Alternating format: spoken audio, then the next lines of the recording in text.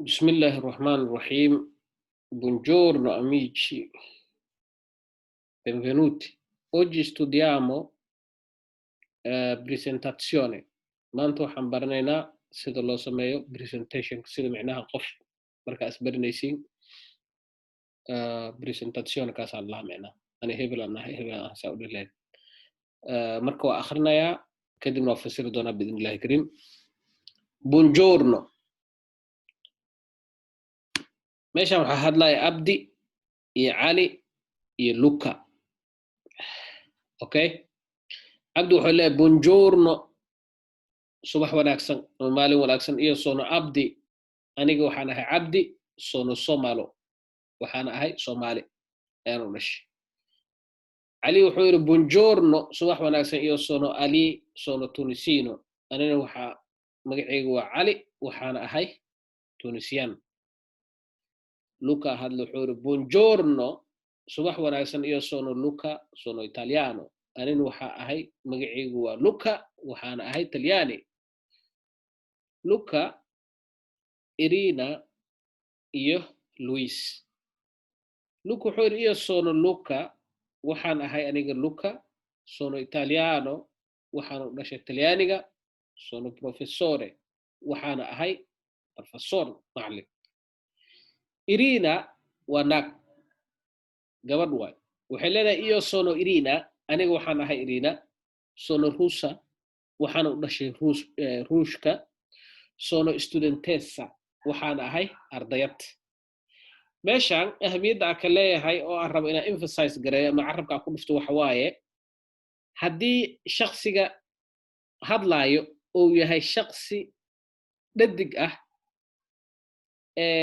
inta badan ereyga ugu dambeeyo qofka dhadiga ereyga ugu dambeeyo inta badan wuxuu noqonayaa xaraf a ah. kasoo qaad tusaale iyo sono Irina, sono Russa, markee iyo sono Luca, sono Italiano. hadda kasoo qaad baa dhahna meeshaan waxay Luca infeje di Luca Luca booskiisa haddii aan gelino Maria, haddii aan dhahno meeshaan Luca, haddii Maria aan ka hadalna dhahno Maria ba hadlayso waxay dhahday iyo sono Maria, sono Italiana ay dhihled, Italiano ma dhihled, sono professoressa ay dhihled, ma fahamtay? Allora Irina iyo sono Irina, sono Russa, sono studentessa, waxaan ahay aniga magacaygu waa Irina, waxaan ahay Russian, waxaan ahay ardayad.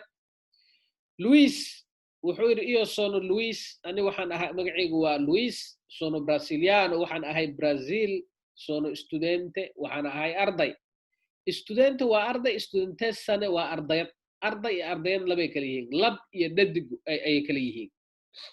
المرة آخرية buongiorno, subax wanaagsan, Abdi iyo Cali iyo Luca iyo Irina meeshaan ku hadlaayo, waxaana la sameynaya waa presentation qof walbo sida uu micnaha dadka isku bari lahayd. Anyway, qof marka aad la kulantid qof cusub kow waa inaad magacaaga u sheegtaa, maaha inaad dhahdo hey come ti chiami, no non funziona così amico. Buongiorno, io sono Hassan, sono Somalo, sono student, aniga waxaan magacaygu waa Xasan, waxaan ahay Soomaali, waxaan ahay arday. Hatee comitikiya markaas kadib dhe Abdi buongiorno, io sono Abdi, sono Somalo. Ali wuxuu yidhi buongiorno, io sono Ali, sono Tunisino. Luca wuxuu yidhi buongiorno, io sono Luca, sono Italiano. marka meeshaan kadib haddana waxaa laga hadlaa qofka shaqada oo qabahayo. Iyo sono Luca, sono Italiano, sono professore, ani waxaan ahay Luca, waxaan ahay Talyaani, shaqadeyduna waa professornimo, macallinnimo. Irina waxay tiri iyo sono Irina, aniga waxaan ahay Irina ayaa la dhahaa. sono Russa, waxaan u dhashay Ruushka, sono studentessa, waxaan ahay ardayad. Luis wuxuu yidhi sono Luis, aniga waxaan ahay Luis, magacaygu waa Luis, sono Brasiliano, waxaan u dhashay Brazil, sono studente, waxaan ahay arday. halkaas ayuu casharkanaga nagu ogyahay maanta. inta aan mar labaad ka kulmi doono waxaa idinkaga tegayaa salaanta islaamka, assalaamu calaykum waraxmatullaahi wabarakaatuh. Condividi amici, sii share garee asxaabayaal, subscribe na dhaha, waad mahadsantihiin. assalaamu calaykum waraxmatullaahi wabarakaatuhu.